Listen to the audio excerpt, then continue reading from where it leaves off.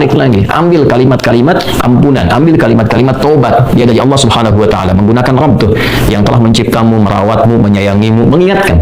Jadi Rabb itu ada nilai-nilai rububiyah di dalamnya. Ya, ada sifat-sifat rububiyah. Ya, bukan sekedar mencipta, tapi juga merawat, memberikan perhatian, memberikan kebutuhan. Kalau dalam bahasa bebasnya Allah akan ingin mengatakan, "Hei, aku kan yang cipta engkau. Ya kan? Engkau berbuat salah, aku berikan kesempatan untuk saleh. Aku kirimkan di kalimat taubat, aku berikan kesempatan untuk memperbaiki diri. Kenapa engkau nggak ambil?" Ya kan?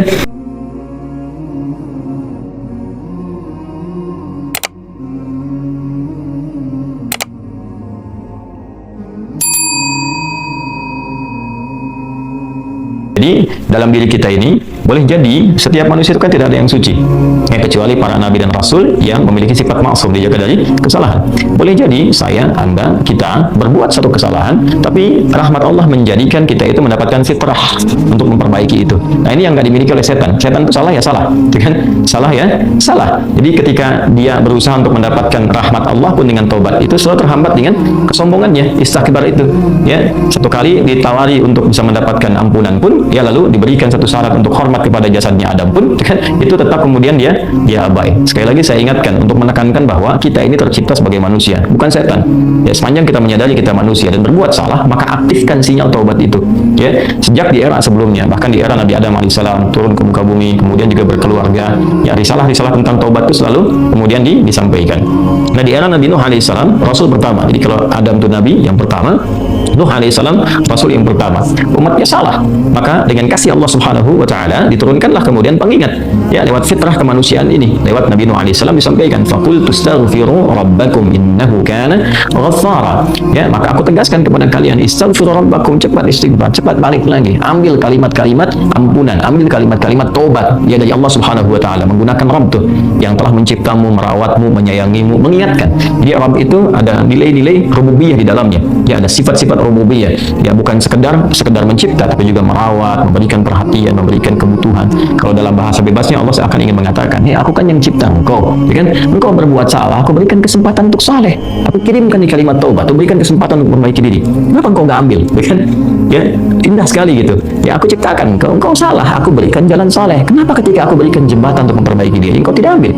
Maka lewat Nabi Nuh alaihissalam, sejak di era kerasulan pertama itu diingatkan, sampai nanti puncaknya di era Nabi Muhammad sallallahu alaihi wasallam. Faqul tastaghfiru rabbakum innahu kana ghaffara. Kata Nabi Nuh alaihissalam, aku tegaskan, innahu kana ghaffara. Sungguh Allah Subhanahu wa taala itu telah menetapkan pada dirinya bahwa Ia Maha mengampuni seluruh dosa-dosa. Jadi ada Ghafir, ya, ada Ghaffar, ada Ghafur, dan nanti dilekatkan dengan Rahim pada puncaknya. Ya, misalnya di surat Al-Ghafir di ayat yang ketiga, Ghafiridzambi dzambi wa qabilit taubi, itu menggunakan kata Ghafir. Lalu kalau kita jadikan superlatif, ya, dinaikkan lagi tingkatnya menjadi lebih banyak, terus mengampuni dosa, mengampuni lagi, itu diubah kalimat dari Ghafir menjadi Ghaffar. Kalau tanpa batas diberikan kemudian sifat yang ketiga yaitu Ghafur. Ya, kalau hamba menyimpulkan apakah memang masih diterima, maka Allah turunkan puncaknya berupa sifat rahmatnya, Rahim. Ya ibadiyalladzina asrafu ala anfusihim la taqnatu min rahmatillah. Innallaha yaghfiru dzunuba jami'a. Quran surah ke-39 ayat 53. Balik ke sini. Ya, jadi ini gambaran yang pertama. Sejak di era kenabian turun yang Al-A'raf ayat 23 itu, Rabbana zalamna anfusana. Kan Nabi Adam alaihissalam mendapatkan kalimat itu. Lalu di era Nabi Nuh alaihissalam sebagai rasul pertama diingatkan juga dengan potensi sifat-sifat kebaikan ini yang menjadikan manusia tertuntun untuk senantiasa berbuat baik. Lalu apa sifat rahmatnya? Ya, jadi kalau kita kembalikan ke konstruksi Al-Baqarah ayat 37, tadi kan saya katakan di awal, ya, Allah menegaskan seorang yang taubat ingin merubah dirinya dari salah menjadi saleh, bukan sekedar dituntun oleh Allah, tapi juga dipercikan kasih sayang Allah kepadanya. Rahmat Allah diberikan. Ya, kembali ke Quran surah kedua ayat 37 itu, fatalaqa Adamu min rabbih kalimatin fataba alaihi innahu huwat tawwabur rahim. Jadi bukan tawwab saja, tapi rahim juga. Bukan sekedar Allah terima taubatnya, tapi kasih sayang Allah pun diberikan kepadanya. Nah, apa di antara jenis kasih sayang yang Allah berikan kepada seorang hamba yang mau taubat? Ya, maka diteruskan ayatnya sampai 12 di sini. Imam Al-Bukhari menyantumkan di sini sampai ayat 12, yursilis sana 'alaikum midrara wa yumdidkum bi amwalin wa banina wa yaj'al lakum jannatin wa yaj'al lakum anhara. Allahu akbar. Ya, justru di sini teman-teman sekalian, istighfar itu, ya, permohonan ampun kepada Allah Subhanahu wa taala, ya, permohonan rahmat Allah Subhanahu wa taala, kembali kepada Allah, mengoneksikan diri kita kepada yang Maha Baik. itu diantara percikannya adalah mendapatkan lapangan kebaikan. Yursilis sama alaikum bidarara. Ya, walaupun Anda mendapatkan kesulitan dalam berkehidupan, bahkan yang sifatnya luas ya secara sosial, kalaupun tanahnya gersang, ya, kalaupun kemarau berkepanjangan, itu ternyata dengan satu daerah itu, satu desa itu, satu wilayah itu mengoneksikan diri mereka kepada Allah, beristighfar. Ini faedahnya istighfar. Dengan beristighfar kepada Allah, taubat dari maksiat, ternyata bisa mendatangkan rahmat bukan hanya untuk pribadinya, untuk satu wilayah. Ya, ini pelajaran dari Quran. Ya, Allah akan memberikan kesan begini, jangankan bagi setiap personalnya, setiap orangnya. Kan ada masalah sekampung pun, contohnya kekeringan misalnya, contohnya kemarau, lalu sekampung itu ya, atau ada orang-orang soleh di situ yang membiasakan taubat kepada Allah, istighfar kepada Allah, mengoneksikan dirinya kepada Allah, ya, itu luar biasa percikan rahmat Allah.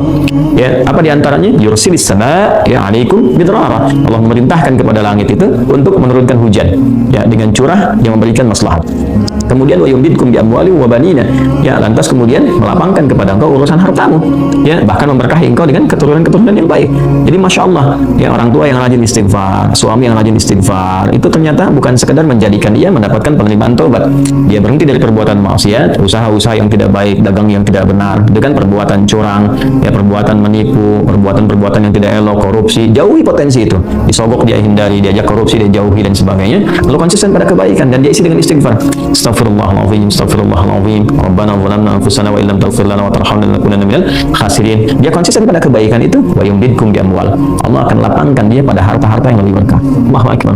Ya, jadi berikan kelapangan dulu pada dirinya, kemudian diberkahi hartanya. Jadi berapapun yang dia dapatkan, Allah berikan berkah padanya, sehingga dia merasakan kebahagiaan dengan harta itu. Karena ada orang yang merasa seperti kelihatan banyak tapi tidak menikmatinya. Ya, baik itu boros, baik itu merasa kayaknya banyak tapi nggak kepake. Ya, barang-barang habis beli ini lagi, tapi memuaskan nafsunya saja. Ya, temannya ngajak begini, dia harus terpaksa beli, kadang-kadang ngutang, atau mungkin dia dapatkan sesuatu tapi jalan-jalan yang haram, jalan yang salah. Dia tidak menikmatinya, dan ini yang paling bahaya. Ya, ini yang paling bahaya. Lawan lapang kan sempit. Jadi hartanya kayak banyak tapi menyempitkan kehidupan rumah tangganya. Ya, hubungan suami istri jadi nggak enak, dengan anak jadi nggak nyaman. Itu ciri keberkahan gitu ya. Ciri keberkahan yang tidak didapatkan. Jadi kalau berkah itu dapat, walaupun terlihat kuantitasnya nggak sama dengan orang, dia 100 juta, ini 1 juta, tapi kenikmatannya luar biasa. Ya, di rumah ada kebahagiaan, hubungan menjadi nyaman, apa yang ditata itu bermanfaat, yang dimakan menjadi daging, dari daging itu terkonstruksi menjadi pengetahuan, jadi macam-macam, jadi energi, ya, energinya dipakai pada kebaikan. Sebaliknya yang terlihat seperti banyak, kayaknya banyak nih, ya, tapi tidak memberikan kebahagiaan. Di rumah nggak bahagia, tidak memberikan dampak energi positif, ke ibadah jadi malas. Ya, itu ciri-ciri pertama kalau harta kurang berkah itu, apalagi tidak berkah, itu pasti menurun kesolehannya, meningkat kesalahannya, pasti itu. Ya, jadi mulai menurun nih, sholat mulai menurun, baca Quran mulai menurun, nah kesalahan mulai meningkat, makan mulai salah, minum mulai salah, yang tadinya minum yang baik-baik sekarang minum yang tidak baik dan sebagainya. Nanti kalau sudah begini pasti hubungan di rumah tangganya pun nggak akan jadi baik gitu. Ya, dan itu akan terbawa dalam kesempitan. Nah, cara untuk mengatasi itu, ini balik ke Quran surah Nuh tadi, di ayat 10 sampai dengan ayat 12. Kalau kita menyadari kemudian itu salah, lantas ingin memperbaiki diri, kembali kepada Allah, perbaiki diri kita, ya, lalu mengingat Allah, menyesali apa yang telah dilakukan, berjanji untuk berbuat baik, itu tidak tanggung apa yang Allah jawab. Ya, kalaupun ada satu kelapangan yang tidak berkah tadi, diganti oleh Allah, dihilangkan yang kurang baiknya, dilapangkan dengan yang baik-baiknya. Lalu setelah itu dijaga keluarganya.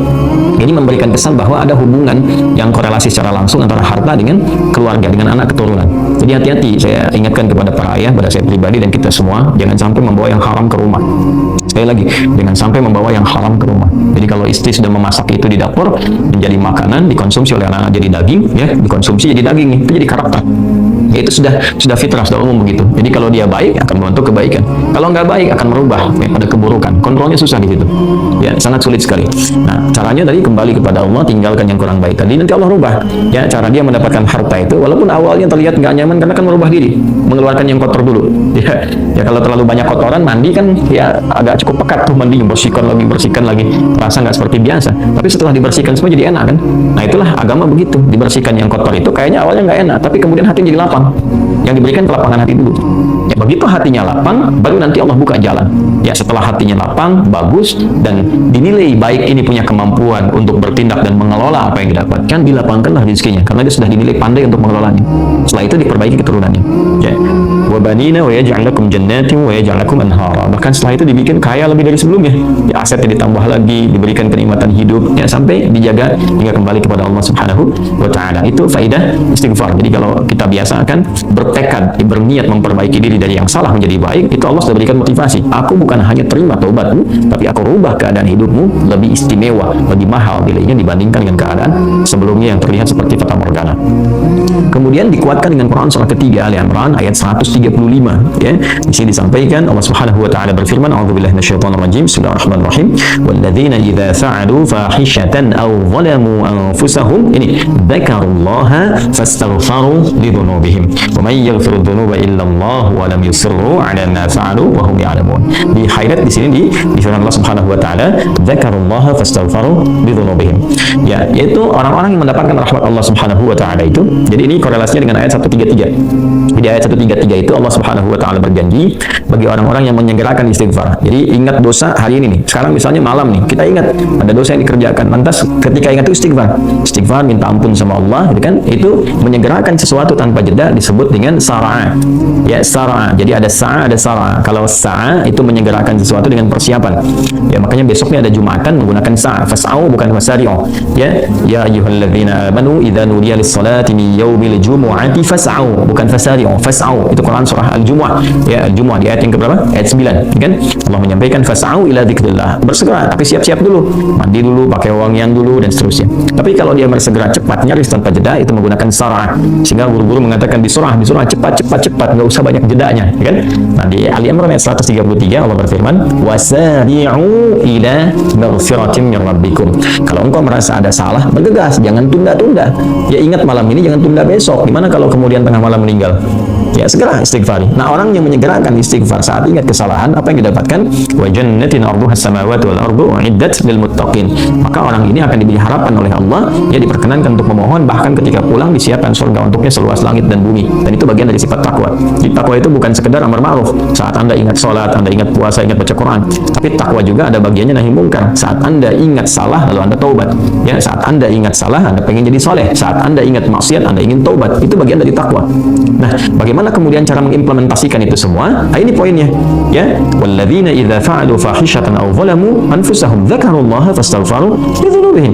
Itu orang-orang. Ini menggunakan, sering diterjemahkan dengan orang-orang yang, kan? Walladzina, alladzina disebutkan 1080 kali dalam Al-Qur'an setidaknya. Dia mencakup semua tanpa batas, laki-laki, perempuan, besar, kecil, tua, muda, punya jabatan, tak punya jabatan, semua tanpa kecuali. Artinya semua orang dengan keadaannya berpotensi berbuat salah.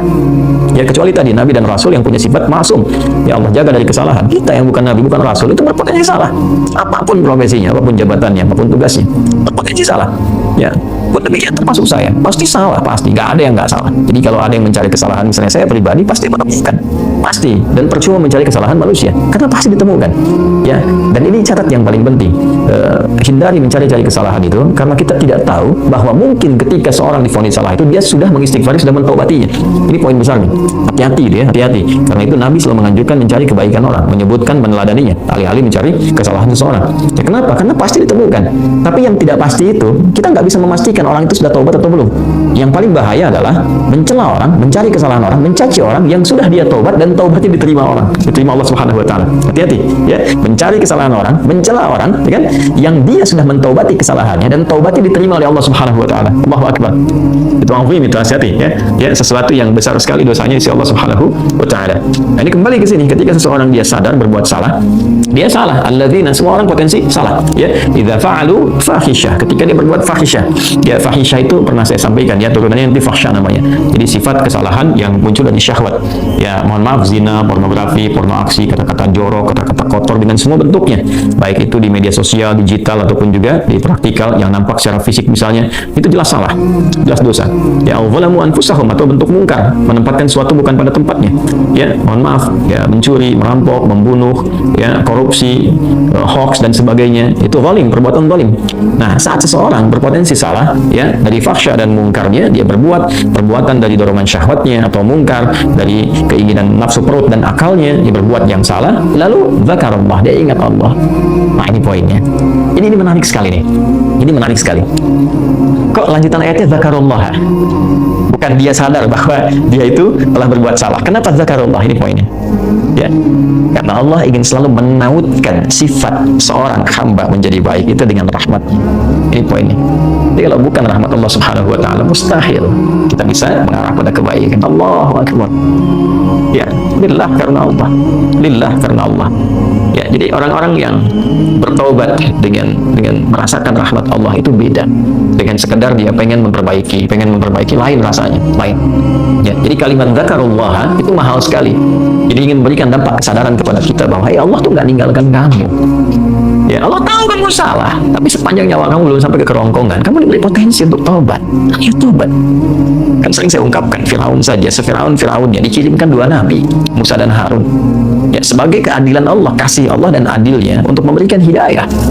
Ya, sampai titik puncak kan nyawanya di kerongkongan. Cuman sayang kan dia sendiri yang memilih untuk tidak mengambil hidayah itu, sampai nyawanya di kerongkongan, sampai tenggelam itu.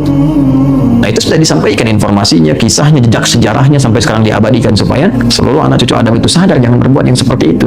Ya, sekali lagi hanya setan yang tidak kenal taubat. Zakarullah, dia ingat Allah. Nah, sekarang tinggal kita mempelajari ketika ingat Allah itu apa yang harus dihadirkan. Ini poinnya. Allah tawarkan kita bukan hanya sekedar jadi baik, rahmat dibuka, kasih sayang dibuka, kelapangan hati dibuka. Ya. Alhamdulillahirabbil alamin. Semoga apa yang baru saja kita dengarkan dan pelajari dari Ustadz Adi Hidayat dapat menjadi ilmu yang bermanfaat, menambah keimanan, serta membawa kita semua lebih dekat kepada Allah Subhanahu wa Ta'ala. Mari kita amalkan setiap kebaikan yang kita dapat, sekecil apapun, agar hidup kita semakin penuh dengan keberkahan. Jangan lupa untuk terus mengikuti kajian-kajian berikutnya. Insya Allah masih banyak ilmu berharga yang akan dibagikan. Semoga Allah senantiasa menjaga kita, memudahkan urusan kita, serta meneguhkan hati kita di jalannya. Wassalamualaikum warahmatullahi wabarakatuh.